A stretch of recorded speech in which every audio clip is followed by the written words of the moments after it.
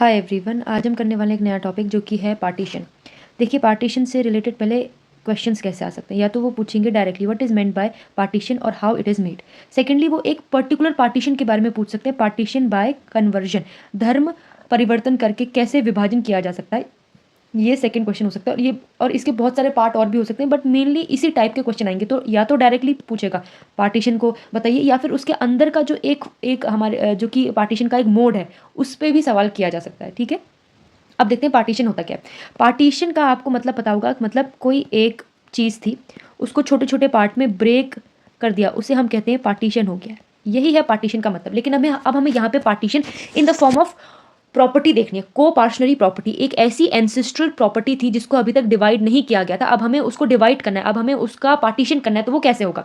देखिए, पार्टीशन के बारे में मिताक्षरा लॉ में क्या दे रखा है। Partition is the adjustment of diverse rights regarding the whole by distributing them to particular portion of the aggregate। इसका यह मतलब है कोई ऐसे राइट्स जो कि पहले कोई ऐसे डाइवर्स राइट जो कि सभी के पास थे, पहले ऐसे राइट्स जो कि सभी को पहले इक्वली दिए गए थे, लेकिन अब आफ्टर पार्टीशन वो राइट्स को क्या किया जाता है, पर्टिकुलरली दे दिया जाता है, particular portions of the aggregate में बांटा जाता है। उसी को हम कहते हैं पार्टीशन। अब यहाँ देखिए, पार्टीशन इन को पार्शनरी में क्या होगा।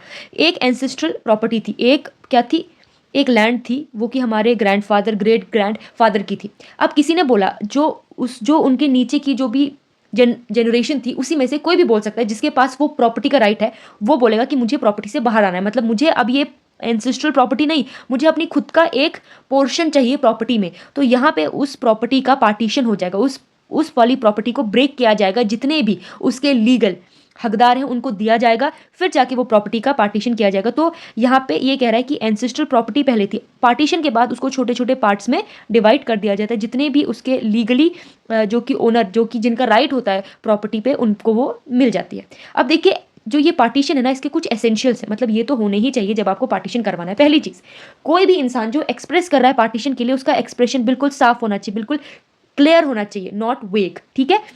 दूसरा, desire of partition must be notice to all members of the family. ऐसा नहीं कि एक का मन था, उसने जाके अपने लिए इतनी बड़ी लैंड थी, उसका इतना इतना लैंड ले लिया, ऐसे नहीं होगा। अगर आपको पार्टीशन चाहिए तो आपको नोटिस बाय नोटिस हर एक मेंबर ऑफ द फैमिली को बताना पड़ेगा कि हाँ मुझे पार्टीशन करना है। तीसरी बार, एवरी को partner has right to claim partition. जो भी को पार्टनर होते हैं, को पार्टनर कौन होते हैं? First generation, second generation, third generation, fourth generation, जो भी 4 जनरेशन होंगी, 4 पीढ़ियां होंगी, वो सब कहलाएंगी कि वो को पार्टनर है। उन सभी के पास राइट है अपना क्लेम करने का पार्टीशन में। फोर्थ, बाय पार्टीशन को पार्शनरी एंड। अब जब पार्टीशन हो गया है, ये को पार्शनरी का तब तक महत्व होता है जब तक आपके पास आपकी एंसेस्ट्रल प्रॉपर्टी होती है। अब आपने पार्टीशन कर दिया है, तो ये को पार्शनरी, मतलब ये जो सहदायिका है ना, इसका भी एंड हो जाएगा, अब इसका भी कोई महत्व नहीं रहेगा। तो यह है एसेंशियल्स ऑफ पार्टीशन। अब हम देखेंगे मोड्स ऑफ पार्टीशन, किन किन ढंग से पार्टीशन किया जा सकता है, क्या हो सकते हैं मोड्स ऑफ पार्टीशन। पहला, डिक्लेरेशन। पहला आप डिक्लेरेशन के द्वारा, इसमें आपका इंटेंशन देखा जाता है। तो डिक्लेरेशन में इंटेंशन देखा जाता है कि पार्टी का क्या इंटेंशन है, तो यहाँ पे उसको डिक्लेरेशन के ढंग से पार्टीशन किया जा सकता है। दूसरा, बाय नोटिस। नोटिस में आपको हर एक को पार्टनर को नोटिस भेजना पड़ेगा कि मुझे पार्टीशन करना है, अब ये एंसेस्ट्रल प्रॉपर्टी को पार्टीशन किया जाए। तीसरा, बाय विल। आप विल के द्वारा भी पार्टीशन कर सकते हो। चौथा, अगर कोई को पार्टनर कन्वर्जन के द्वारा दूसरे फेथ में चेंज हो गया है, अगर वो हिंदू से मुस्लिम बन गया, हिंदू से पारसी बन गया है, तो यहाँ पे बाय कन्वर्जन भी ये उसको अपना पोर्शन मिल जाएगा एंसेस्ट्रल प्रॉपर्टी में। ठीक। फिर अगर वो हिंदू मैरिज नहीं करता, हिंदू मैरिज के अलावा वो कोई स्पेशल मैरिज करता है, तो भी वो मोड्स ऑफ पार्टीशन में आ जाएगा। फिर उनको वो फैमिली से बाहर निकाल दे, फिर आप हिंदू रहे नहीं, और को पार्शनरी में वही रहेगा जो कि हिंदू है। अगर आप दूसरे धर्म में कन्वर्ट हो गए तो आप हिंदू नहीं रहे। और ये marriage by special marriage act है, इसके अंदर भी आपको को पार्शनरी में नहीं रखा जाता है। फिर आपकी जो प्रॉपर्टी है उसका पार्टीशन कर दिया जाएगा। तो ये एक मोड है ऑफ पार्टीशन का। फिर बाय एग्रीमेंट, थ्रू एग्रीमेंट भी आप पार्टीशन कर सकते हो। बाय फादर, अब ये इंपॉर्टेंट है। मान लिया जाए को पार्शनरी का हेड कोई फादर है, फादर अपनी विलिंग से, तो वो फादर के पास राइट है कि वो अपने बच्चों पे वो प्रॉपर्टी बांट सकता है, उसके पास वो पेरेंटल पावर है। इसमें एक डॉक्ट्राइन भी है, डॉक्ट्राइन का नाम है डॉक्ट्राइन ऑफ पेट्रिया प्रोटेस्टा। अगर क्वेश्चन इस डॉक्ट्राइन को, अगर एग्जाम में क्वेश्चन सिर्फ ये डॉक्ट्राइन लिखी हुई आती है, तो समझ जाइएगा ये पूछ रहा है पार्टीशन बाय फादर, कि ये क्या एक मोड ऑफ पार्टीशन है और बाय फादर, तो ये है डॉक्ट्राइन ऑफ पैट्रिया प्रोटेस्टा। ये फादर के पास पेरेंटल पावर होती है कि वो अपने बच्चों में प्रॉपर्टी को डिवाइड कर सकें, या सन या फिर डॉटर किसी में भी। या फिर बाय सूट्स, आप कोर्ट में केस डाल दें कि मुझे ये एंसेस्ट्रल प्रॉपर्टी जो है इसमें अपना हिस्सा चाहिए, तो बाय सूट्स भी आपका मोड ऑफ पार्टीशन हो सकता है। अब इफेक्ट ऑफ पार्टीशन क्या होगा, अगर पार्टीशन हो गया तो क्या क्या फिर इफेक्ट रहेगा। पहला इफेक्ट, जो जॉइंट स्टेटस था सबका प्रॉपर्टी में वो एंड हो जाएगा। दूसरा, जो ये सहदायिका है जो कि प्रॉपर्टी के बेसिस पे ही बनती है, ये भी एंड हो जाएगी, अब कोई सहदायिका नहीं रहेगी। तीसरी चीज, सभी का शेयर डिटरमाइन हो जाएगा, किसको कितना शेयर मिलेगा, सभी का शेयर उनके हक में आ जाएगा। चौथी चीज, पार्टीशन का ये मतलब नहीं है कि फैमिली के बीच के रिलेशन भी खत्म हो गए, नहीं, पार्टीशन सिर्फ एक जमीन से रिलेटेड चीज है। तो यहां पे यही लिखा है कि पार्टीशन का जो मतलब है ना, partition does not anal the family, partition से फैमिली खत्म नहीं होती, वो फैमिली अगर वो साथ रह रही है वो रह सकती है, लेकिन अब उनकी प्रॉपर्टी अलग अलग हो चुकी है, इससे फैमिली का कोई रिलेशन नहीं है, इससे प्रॉपर्टी का रिलेशन है पार्टीशन से, ठीक है। अब सूट फॉर पार्टीशन, अब ये यहाँ पे आपने देखा था ना कि पार्टीशन के लिए सूट लाया जा सकता है बाय सूट। अगर एग्जाम में क्वेश्चन आएगा कि how partition can be done by suits, तो आपको पहले ये लिखना पड़ेगा, फिर नीचे एक्सप्लेन करना पड़ेगा कैसे। सूट का मतलब होता है कोर्ट में केस डाल के। तो एवरी अडल्ट, हर एक अडल्ट जो कि को पार्टनर का पार्ट है, जो कि को पार्टनरी का पार्ट है, जो कि सहदायिका का पार्ट है, चाहे वो सन हो चाहे वो डॉटर हो, वो कोर्ट में अपना केस डाल के पार्टीशन के लिए सूट डाल सकती है, ठीक है। दूसरी चीज, अब यहाँ पे को पार्शनल डायरेक्टली नहीं जा रहा है, को पार्शनल के जो जमीन थी, जो एंसेस्ट्रल प्रॉपर्टी थी, उसका हिस्सा थोड़ा सा किसी ने थोड़ा सा हिस्सा वो किसी ने ले लिया है, तो जिस आदमी ने वो प्रॉपर्टी परचेज करी है वो कोर्ट में केस डाल देगा कि अब परचेजर ऑफ द को पार्शनल प्रॉपर्टी, जिसने भी वो प्रॉपर्टी को पार्शनल प्रॉपर्टी को परचेज किया है, वो भी कोर्ट में सूट डाल सकता है, और फिर वहां से भी वो पार्टीशन हो सकता है ऑफ द को पार्शनल एंसेस्ट्रल प्रॉपर्टी का।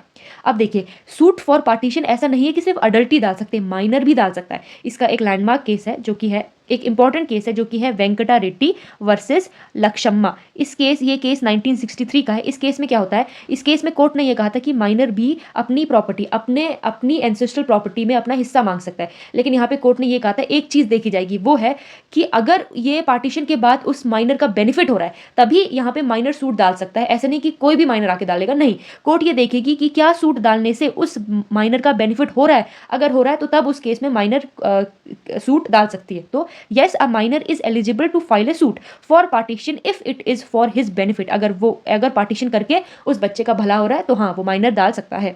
अब देखिए, अब एक इंपॉर्टेंट चीज है, मान लिया जाए कि ये एक फादर थे, उनके 4 बच्चे थे, अब यहाँ पे पार्टीशन हो चुका है। अब ये फादर ने ना खुद ही, ये जो फादर थे इनकी एक एंसेस्ट्रल प्रॉपर्टी थी, तो इन्होंने पहले ही अपने 4 बच्चों में प्रॉपर्टी डाल दी, और उसके बाद इनके भी बच्चे हो गए, ठीक है।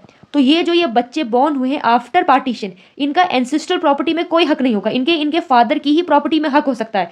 क्यों? क्योंकि इनके बर्थ से पहले ही, जब इन्होंने बर्थ ले लिया था उससे पहले ही प्रॉपर्टी का डिस्ट्रीब्यूशन हो चुका है, उससे पहले ही जो एंसेस्ट्रल प्रॉपर्टी थी वो डिस्ट्रीब्यूट हो चुकी है, उसका पार्टीशन हो गया है। तो इस वजह से ये बच्चे बॉर्न हुए हैं after the partition of the ancestral property, उनका एंसेस्ट्रल प्रॉपर्टी में कोई हक नहीं होगा, उनके अपने फादर की प्रॉपर्टी में हक हो सकता है, लेकिन जो एंसेस्ट्रल प्रॉपर्टी थी, अब ये बच्चे बॉर्न होने के बाद बोले कि नहीं, हमें भी अपना एक हक चाहिए, तो यहाँ पे साफ साफ लिखा है कि आपको नहीं मिलेगा, क्योंकि आपके जन्म से पहले आपके फादर के पास वो प्रॉपर्टी जा चुकी है और उसका अब पार्टीशन हो चुका है। तो if a son is begotten as well as born after the partition and if a share has been, और एक share has been allotted to father, और उसके पिताजी के पास पहले से एक शेयर जा चुका है, सच आफ्टर बॉर्न, जो बच्चा बॉर्न हुआ है आफ्टर द पार्टीशन, वो कोई भी एंटाइटल नहीं रखता है to have the partition reopen. अगर वो बच्चा कहे कि नहीं, मुझे फिर से रीओपन करना है, कि नहीं, मुझे फिर से अपना भी हक चाहिए, तो यहाँ पे वो ऐसा नहीं कर सकता, he is not entitle to have the partition reopen. And यही सेम रूल डॉटर के लिए भी है, चाहे सन हो चाहे